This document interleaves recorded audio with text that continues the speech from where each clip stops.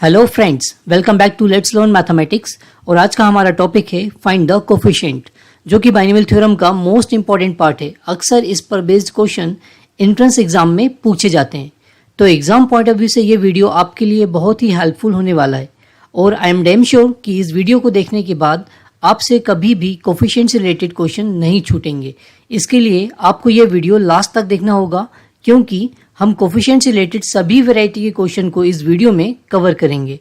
और मैं इस वीडियो में आपको जो अप्रोच इन क्वेश्चंस को सॉल्व करने की बताऊंगा, उससे आप इस टाइप के क्वेश्चन को विद इन 30 सेकेंड सॉल्व कर सकेंगे। तो इस वीडियो को लास्ट तक ज़रूर देखें। अब चलिए स्टार्ट करते हैं।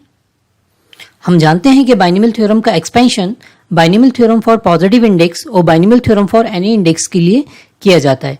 तो हम इस वीडियो में जो हम कोफिशिएंट से रिलेटेड प्रॉब्लम सॉल्व करेंगे वो binomial theorem for positive index के लिए है। तो इसमें कोफिशिएंट से रिलेटेड जो क्वेश्चन है वो दो तरीके से पूछे जाते हैं। नंबर 1 कि जो बाइनोमियल थ्योरम का हमको एक्सपेंशन करना है उसमें दोनों ही टर्म में वेरिएबल गिवन हो। जैसे यहाँ पर दोनों ही टर्म में एक वेरिएबल है x और दूसरा वेरिएबल है y, और हमको कोफिशिएंट बताना है x की पावर p और y की पावर q का। ओके, और एक और वेराइटी जो बनती है वहां पर जो बाइनोमियल थ्योरम का एक्सपेंशन होता है उसके अंदर दोनों ही टर्म में एक सिंगल वेरिएबल यूज होता है। जैसे यहाँ पर सिंगल वेरिएबल यूज है x, और हमको x की पावर m का कोफिशिएंट बताना है। तो यहाँ पर ये दो तरीके की वेराइटी बनती हैं।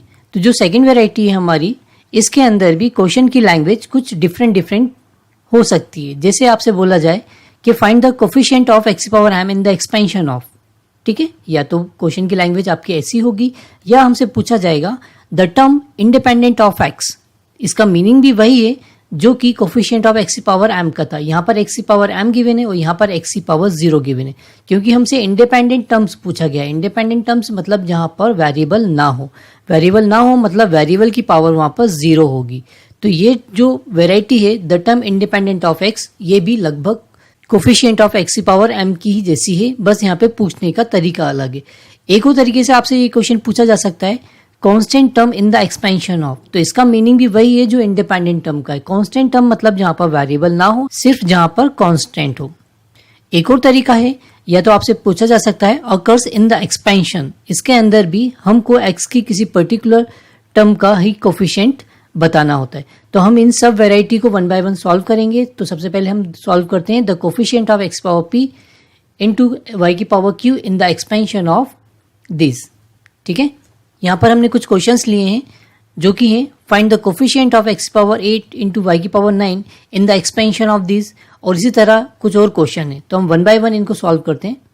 तो इस तरह के क्वेश्चन को सॉल्व करने की सबसे शॉर्ट अप्रोच ये है, आप इसका आंसर डायरेक्ट लिख सकते हैं। अगर इसके ऑप्शन गिवन है तो आपको सॉल्व करने की जरूरत नहीं है, आप ऑप्शन से ही ऑब्जर्व कर सकते हैं कि आपका राइट आंसर कौन सा होगा। खैर हमने यहाँ पर ऑप्शन नहीं लिए तो हम इसको सॉल्व कर लेते हैं।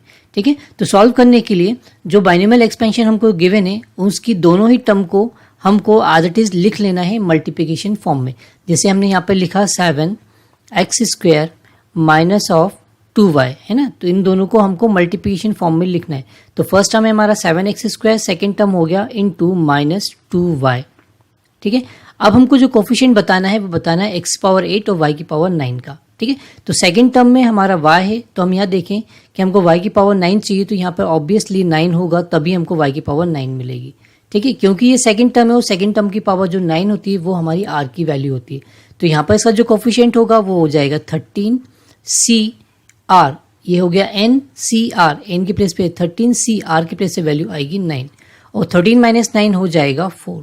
तो देखिए यहाँ पर 4 2 ज़ा 8, हमको x की पावर 8 मिल गई, और यहाँ से y की पावर 9। ठीक है, तो इस तरह हमारा ये क्वेश्चन सॉल्व हो गया। अगर इसको हम अरेंज करें, कांस्टेंट और वेरिएबल को अलग अलग कर लें, तो देखिए यहाँ पर माइनस की जो सेकंड टर्म है वो नेगेटिव है और उसकी पावर एक ऑड नंबर है, तो रिजल्ट हमारा नेगेटिव आएगा। और कांस्टेंट होंगे इसमें हमारे पास 7 की power 4 into 2 to the power 9 into 13c9, right. और वेरिएबल होंगे x, यहाँ स्क्वायर है इंटू 4, 4 2 ज़ा हो गया 8 into y to the power 9। तो x पावर 8 और y की पावर 9 का कोफिशिएंट हमारा निकल गया है। ठीक है, इसी तरह अगर हम इस क्वेश्चन को सॉल्व करें सेकंड को, तो हमको करना क्या है, इन दोनों ही टर्म को प्रोडक्ट फॉर्म में लिख लेना है सबसे पहले। तो पहले लिखा हमने x इंटू सेकेंड टर्म है हमारी 3y, ठीक। अब सेकंड टर्म में y की पावर यहाँ 4 हमको फाइंड आउट करनी, तो यहाँ पर पावर जो आने वाली है 4 आएगी। ठीक है, अब इस 4 को 7 में से सब्ट्रैक्ट कर देंगे तो x की पावर आ जाएगी। तो n के प्लेस पे वैल्यू है हमारे पास 7, c और r हमने निकाल लिया है 4। 7 - 4 आ गया 3। इसको आगे सॉल्व करें तो ये हो गया 3 to the power 4 7c4। ये किसका कोफिशिएंट है? ये कोफिशिएंट है x की पावर 3 इंटू y की पावर 4 का, जो कि हमसे पूछा गया था। ओके, इसी तरह थर्ड क्वेश्चन को सॉल्व करें तो पहले तो हम इन दोनों टर्म को एज इट इज लिख लेते हैं। तो हमने लिखा x इंटू -1/2y। ठीक है, अब हमको y की पावर 8 चाहिए। तो y की पावर 8 कब होगी? जब इसकी होल पावर 8 होगी। n हमको गिवन है 12, तो ये हो गया हमारा 12c8, राइट। और इन दोनों का डिफरेंस हो गया 4। क्योंकि यहाँ पर सेकेंड टर्म है, इसकी पावर एक इवन नंबर है तो रिजल्ट पॉजिटिव होगा। तो कांस्टेंट को और वेरिएबल को हम अलग अलग करें तो 1/2 to the power 8 into 12c8 x to the power 4 into 1/y to the power 8। तो हमको x की पावर 4 और y की पावर 8 का कोफिशिएंट पूछा गया था, जो कि ये रहा। ठीक है, तो देखिए कितने आसानी से इन क्वेश्चन को हम सॉल्व कर सकते हैं with in 30 second. Question number 4 को भी सॉल्व कर लेते हैं। पहले हमको करना है क्या है? इन दोनों टर्म को एज इट इज लिख लेना है। तो हमको दोनों टर्म को हमने पहले एज इट इज लिखा प्रोडक्ट फॉर्म में into 5y to the power 5, right. अब हमको चाहिए y की पावर 20। तो देखिए हम बैलेंस करते हैं। हमको y की पावर 5 ऑलरेडी गिवन है, तो 5 में क्या मल्टीप्लिकेशन करेंगे 20 हो जाए। यस, हम अगर 4 का मल्टीप्लिकेशन करेंगे तो ये 20 हो जाएगा। तो r की वैल्यू आ गई हमारे पास 4, तो हम इसको लिखेंगे 6c4, राइट। इन दोनों का डिफरेंस 6 - 4 होगा 2, तो ये आ गया 2। तो 3 2 = 6 हमको मिल गया इंटू y की पावर 5 2 = 20 भी मिल गई। कांस्टेंट और वेरिएबल को सेपरेट किया तो 3 की power 2 into 5 to the power 4 into 6c4 x to the power 3 2 = 6 into y to the power 5 4 = 20। तो हमको x की पावर 6 और y की पावर 20 का कोफिशिएंट पूछा गया था, जो कि ये रहा। ठीक, तो इस तरह हम बहुत ही आसानी से इस टाइप के क्वेश्चन को सॉल्व कर सकते हैं। अगर यहाँ पर हमको ऑप्शन गिवन होते तो इतना भी हमको सॉल्व करने की ज़रूरत नहीं है, हम ऑप्शन से भी वेरीफाई कर सकते थे। आपको क्लियर है ये चारों क्वेश्चन? इस टाइप के क्वेश्चन को सॉल्व करने की अगर आपको ये अप्रोच अच्छी लगी हो तो आप इस वीडियो को लाइक करना ना भूलें। अब हम सेकेंड वेराइटी को सॉल्व करते हैं। सेकेंड वेराइटी हमारी the coefficient of x power m in the expansion of x to the power alpha plus minus 1/x to the power beta to the whole power n। ठीक है, अब इस variety को हम previous variety की मदद से सॉल्व नहीं कर सकते, क्योंकि हमको यहाँ पर दोनों ही जगह x दिया है, तो इनके प्रोडक्ट से भी x की पावर में चेंजेस आएंगे।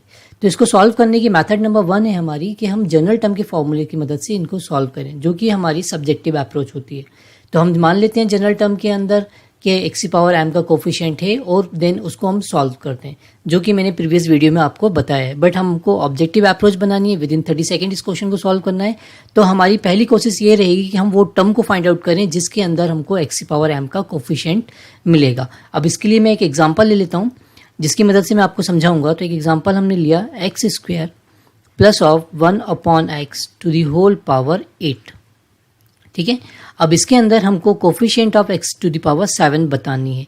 तो इसको भी हम मिनिमम टू मिनिमम स्टेप में सॉल्व कर सकेंगे। सिर्फ हमको टर्म पता करनी है कि किस टर्म के अंदर x पावर 7 आएगा, और देन हम डायरेक्ट उस टर्म को सॉल्व करेंगे। ठीक है, तो टर्म को निकालने के लिए जो ये फॉर्मूला है, उस फॉर्मूले की मदद से हम r निकाल सकते हैं, मेंटली कैलकुलेट कर सकते हैं। 8 2 जा होगा 16, 16 - 7 हुआ 9, 9/3, 2 + 1 3, तो 9/3 मतलब 3। तो वो टर्म जो होगी वो फोर्थ टर्म होगी जिसके अंदर x की पावर 7 का कोफिशिएंट होगा। तो अगर हम फोर्थ टर्म निकालें, उसको सॉल्व करें, तो वो क्या होगी? n की वैल्यू हमको गिवन है 8, cr हमने निकाल लिया है 3। फर्स्ट टर्म है हमारी x² to the whole power 8 - 3 that is 5 into second term है हमारी 1/x to the whole power 3। ठीक है, इसको आगे हम सॉल्व करें तो ये हो गया हमारा 8c3 x to the power 5 2 = 10 into 1/x to the power 3। अब x ऊपर जाएगा, नेगेटिव हो जाएगा। इन दोनों का प्रोडक्ट होने पर, बेस सेम होने पर हम पावर को ऐड कर देते हैं, तो 10 - 3 हो जाएगा 7। तो हमको x की पावर 7 का जो कोफिशिएंट बताना था वो रहा 8c3। ठीक है। अब ये समझाने के लिए मैं आपको इतना लिख रहा हूँ, जबकि इतने लिखने की भी हमको ज़रूरत नहीं है, क्योंकि हमको यहीं क्लियर हो गया था, हमको कोफिशिएंट यहाँ पर मिल चुका है, तो आगे इतना सॉल्व करने की ज़रूरत नहीं थी। ठीक है, तो इस पे बेस्ड हम और भी कई सारे क्वेश्चन करने वाले हैं, वो सारी डिफरेंट लैंग्वेजेस जिसमें ये क्वेश्चन पूछे जाते हैं, वो सब भी हम वन बाय वन देखेंगे। तो हम कुछ इस तरह इतने क्वेश्चंस को सॉल्व करेंगे। तो one by one in question को हम सॉल्व करते हैं। तो हमारा क्वेश्चन नंबर 1 है यहाँ पर, the coefficient of x to the power 39 in the expansion of x power 4 minus 1 upon x to the power 3 to the whole power 15। ठीक है, अब उस फॉर्मूले की बात करें जिससे हम r की वैल्यू मेंटली कैलकुलेट करेंगे, तो वो फॉर्मूला होगा हमारा r इज इक्वल टू, हमको करना क्या है, हमको n का मल्टीप्लिकेशन इस अल्फा के साथ करना है। तो ये हुआ हमारा n इंटू अल्फा। हमने पहले n का मल्टीप्लिकेशन अल्फा के साथ किया, तो n अल्फा। अब इसमें से हमको सब्ट्रैक्ट कर देनी है x की पावर, जिसका कोफिशिएंट हमको बताना है। तो x की पावर यहाँ पर है m, तो n में इंटू अल्फा में से हमने सब्ट्रैक्ट किया m को, upon alpha plus beta. Alpha जो है वो फर्स्ट टर्म के x की पावर है, बीटा जो है वो सेकेंड टर्म x की पावर है। तो ये हुआ अल्फा प्लस ऑफ बीटा। तो इस फॉर्मूले की मदद से हम r को मेंटली कैलकुलेट कर सकते हैं।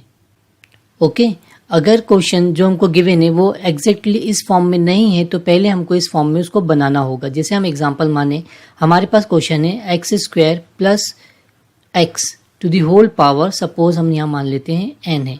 अगर इसको हमको इस फॉर्म में कन्वर्ट करना है, तो सेकेंड टर्म का जो x है उसको हमको कुछ इस तरह लिखना होगा, x square plus 1 upon x to the power minus 1।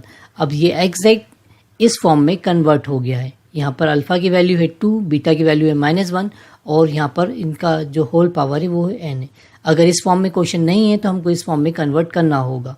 ठीक है, या अगर आप कन्वर्ट करके ये स्टेप ना लिखना चाहें, तो आपको ध्यान ये रखना होगा कि जो सेकंड टर्म में हमारा x है उसकी पावर को हमको सब्ट्रैक्ट करना है, अगर पॉजिटिव है तो। अगर यहाँ पावर अगर नेगेटिव होगी तो उसको हमको ऐड करना होगा। ये आपको थोड़ा सा ध्यान रखना होगा। ठीक है, तो इस क्वेश्चन को हम सॉल्व करें तो हमको चाहिए सिर्फ r की वैल्यू।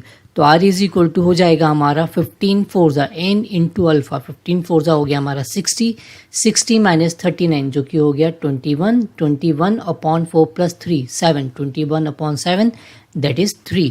अगर इस क्वेश्चन में सिर्फ आपसे वो टर्म पूछी जाती जिसके अंदर x की पावर 39 का कोफिशिएंट होगा, तो वो टर्म हो गई हमारी 4th, राइट। अगर इसके बाद अगर इस टर्म की वैल्यू भी आपसे पूछी गई तो हम इस टर्म को सॉल्व करेंगे। तो वो हो गया हमारा 15c3, फर्स्ट टर्म की पावर, फर्स्ट टर्म है हमारे पास 4x to the whole power 15 minus 3 that is 12 into 1 upon x cube to the whole power 3। Okay, अब देखिए अगर हम इसको सॉल्व करें तो ये हुआ 12 4 48, 48 माइनस 9 जो कि हो जाएगा 39। तो 15c3 हमको x की पावर 39 का कोफिशिएंट मिल गया है। ठीक है, बट ये नेगेटिव होगा क्योंकि यहाँ पर हमारे पास जो सेकंड टर्म है उसकी पावर एक ऑड नंबर है। इसको आगे भी सॉल्व कर ही लेते हैं। तो यहाँ पे पावर एक ऑड नंबर है और ये टर्म नेगेटिव है, तो रिजल्ट होगा नेगेटिव का 15c3। ये हो गया हमारे पास 12 4 48 x to the power 48 into ये x की पावर 3 3 9, ऊपर जाके ये हो जाएगा नेगेटिव 48 माइनस 9 हो गया हमारे पास 39, x टू द पावर 39, और x पावर 39 का ये रहा हमारा कोफिशिएंट। ओके, क्लियर है क्वेश्चन। और भी सॉल्व करते हैं इस पे बेस्ड प्रॉब्लम को। अब क्वेश्चन नंबर 2 है हमारे पास यहाँ पे, the term independent of x in the expansion of this. ठीक है, इंडिपेंडेंट का मतलब कि x यहाँ पर ना हो, मतलब वेरिएबल वहाँ पर ना हो, मतलब जो भी वेरिएबल होगा उसकी पावर होगी यहाँ 0। तो इस तरह हमको m की जो वैल्यू है वो मिल गई 0। ठीक है, अब मेंटली हम r कैलकुलेट कर लेते हैं। 12 2 हो गया 24, 24 माइनस 0 24, 24 अपॉन 3, तो 24 अपॉन 3 हो जाएगा हमारा 3 8 24। ठीक, अगर सिर्फ आपसे टर्म पूछी गई है तो वो टर्म होगी 9, और 9 टर्म की अगर वैल्यू पूछी गई है तो आपको करना, आगे इसको सॉल्व करना आता ही है। हम इसको लिखेंगे 12c8, फर्स्ट टर्म की पावर, फर्स्ट टर्म है हमारे पास 2x square to the whole power 12 minus 8 that is 4 into second term है हमारी -1 upon x to the whole power 8। ठीक, अब क्योंकि इसकी पावर एक इवन नंबर है तो रिजल्ट हमारा पॉजिटिव होगा। कांस्टेंट और वेरिएबल को हमने अलग अलग किया, तो 2 की पावर 4 इंटू 12c8 ये हमारा कोफिशिएंट है किसका, x to the power independent term का। अगर आगे सॉल्व करें तो ये हो गया एक्स की पावर 4 2 ज़ा 8 upon x to the power 8। तो यहाँ पर वेरिएबल कंप्लीटली कैंसिल हो गया, तो सिर्फ हमारे पास कांस्टेंट टर्म बचा, या जिसे हम कहें इंडिपेंडेंट ऑफ एक्स, यहाँ पर एक्स नहीं है वो टर्म बचा। Is that clear? अब चलिए क्वेश्चन नंबर 3 को सॉल्व करते हैं इसी तरह। If in the expansion of a x minus 1 upon B x square to the whole power 11 x to the power minus 7 occurs in the term. ठीक है, अब हमको इसका मतलब भी वही है कि हमको एक्स की पावर माइनस 7 का कोफिशिएंट बताना है, बस क्वेश्चन को पूछने की लैंग्वेज यहाँ पर अलग है। ठीक है, तो सिंपल हमको यहाँ पर अगेन वो टर्म बतानी है, तो टर्म बताने के लिए हमको आर फाइंड आउट करना होगा, और आर इज इक्वल टू हो जाएगा 11 1 ज़ा 11, और ये माइनस माइनस प्लस हो जाएगा, तो 11 प्लस 7 हो गया हमारा 18, 18 by 1 plus 2 3, 18 by 3 that is 6। ठीक है, अगर आपसे सिर्फ वो टर्म पूछी जाती है जिसके अंदर एक्स की पावर माइनस 7 का कोफिशिएंट होगा, तो वो टर्म हुई हमारी 7। अगर इस टर्म की हमको वैल्यू भी बतानी है तो आगे सॉल्व कर लेते हैं इसको। एन है हमारे पास 11, सी स्मॉल आर की वैल्यू हो गई यहाँ पर 6। फर्स्ट टर्म है हमारे पास A X to the whole power 11 minus 6 that is 5 into minus 1 upon B x square to the whole power 6। ठीक, वेरिएबल और कांस्टेंट को हमने अलग अलग किया। यहाँ पर ये टर्म सेकंड टर्म नेगेटिव है, पावर इवन है तो पॉजिटिव ही रिजल्ट आएगा। तो यहाँ से मिला मुझे A to the power 5 upon B to the power 6 into 11 C 6 x to the power 5 into 1 upon x to the power 6 2 ज़ा 12। ठीक है, अब ये 12 ऊपर जाएगा और ये नेगेटिव हो जाएगा, तो हमारे पास कांस्टेंट बचा a to the power 5 b की power 6 into 11 C 6 x to the power 5 minus 12 that is minus of 7। तो हमको एक्स की पावर माइनस 7 का कोफिशिएंट बताना था, जो कि ये रहा। ओके, क्लियर है क्वेश्चन? और भी क्वेश्चन सॉल्व करते हैं। Constant term in the expansion of this. ठीक है, कांस्टेंट टर्म का मतलब भी वही है जो coefficient of x power m का है, क्योंकि कांस्टेंट टर्म मतलब इंडिपेंडेंट टर्म, इंडिपेंडेंट टर्म मतलब जिसमें एक्स की पावर 0 हो। तो कांस्टेंट टर्म भी मतलब उसका मीनिंग भी वही हुआ कि यहाँ पर सिर्फ प्योरली कांस्टेंट हो, वेरिएबल ना हो। ठीक है, या हम बोले इंडिपेंडेंट टर्म या बोले constant term, both are same. तो यहाँ पर एक्स की पावर 0 का हमको कोफिशिएंट बताना है, तो एक्स की पावर 0 मतलब m की वैल्यू हमारे पास आ गई है 0। ठीक है, तो r के लिए हम सॉल्व करते हैं। n इंटू अल्फ़ा, n है 10, अल्फ़ा की वैल्यू 1/2, तो 10 इंटू 1/2, तो बचा हमारे पास 10/2 दैट इज़ 5 अपॉन 1/2 प्लस 2, तो 1/2 प्लस ऑफ 2 आगे सॉल्व किया, 5 अपॉन 2 2 ज़ा 4 प्लस 1 5/2, 5 से 5 यहाँ कैंसिल, 2 ऊपर चला गया, तो r की वैल्यू आ गई है हमारे पास 2। अगर आपको सिर्फ टर्म बतानी है कि वो कौन सी होगी कांस्टेंट टर्म, तो वो टर्म होगी थर्ड टर्म। अगर इसकी वैल्यू भी निकालनी है तो उसको आगे सॉल्व कर लेंगे। तो n की वैल्यू है हमारे पास 10, c r की वैल्यू है 2, फर्स्ट टर्म मतलब फर्स्ट टर्म है हमारा root x to the power 10 minus 2 that is 8 into 1 upon 3x square to the whole power 2। ठीक है, आगे सॉल्व किया, 10c2 यहाँ पर 8 2 से कैंसिल हो जाएगा, तो बचेगा x की पावर 4 इंटू 1 अपॉन 3 की पावर 2, तो 1 अपॉन 3 टू दी पावर 2 को भी हम अलग लिख लेते हैं। यहाँ पर बचा 1 अपॉन 2 2 ज़ा 4 एक्स की पावर 4। अब ये कम्प्लीटली वेरिएबल कैंसिल हो गया, तो हमारे पास जो कांस्टेंट टर्म आई वो आई 1 upon 3 to the power 2 into 10c2। Is that clear?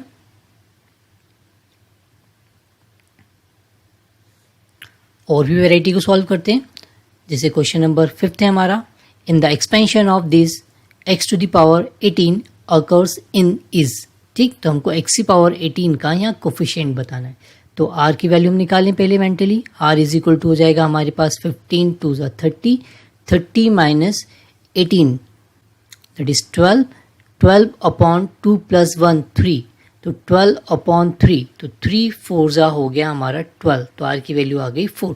अगर टर्म पूछी गई है तो वो टर्म होगी 5, तो टर्म की वैल्यू पूछी गई है तो वो होगी 15c4 x square to the whole power 15 minus 4 that is 11 into 3a upon x to the whole power 4। Okay, आगे सॉल्व करते हैं। वेरिएबल और कांस्टेंट को अलग अलग कर लें। तो कांस्टेंट है हमारे पास 3a, तो 3a to the whole power 4 into 15c4, right, into x to the power 11 to ज़ा 22 into 1 upon x to the power 4। Okay, x power 4 इस 22 से सब्ट्रैक्ट होके बचेगा एक्स की पावर 18। तो हमारा आंसर हो गया 3a to the whole power 4 into 15c4। ये किसका कोफिशिएंट है?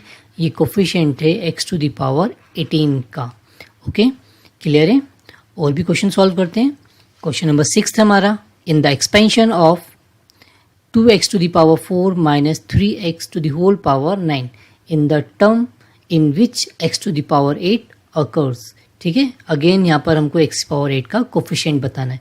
बट अगर हम इसको देखें तो ये इस पैटर्न का नहीं है, तो हम इसको कुछ इस फॉर्म में लिख सकते हैं। तो हम इसको लिख सकते हैं 2x to the power 4 minus 3 upon x to the power minus of 1, okay, to the whole power 9।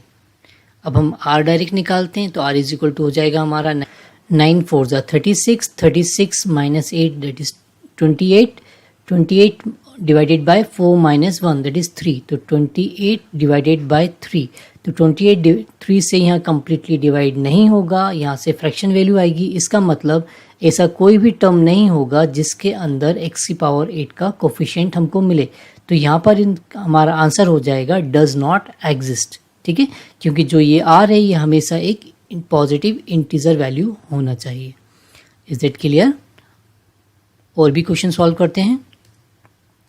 Question 7 है हमारा, the coefficient of x power 4 in the expansion of x upon 2 minus 3 upon x square to the whole power 10।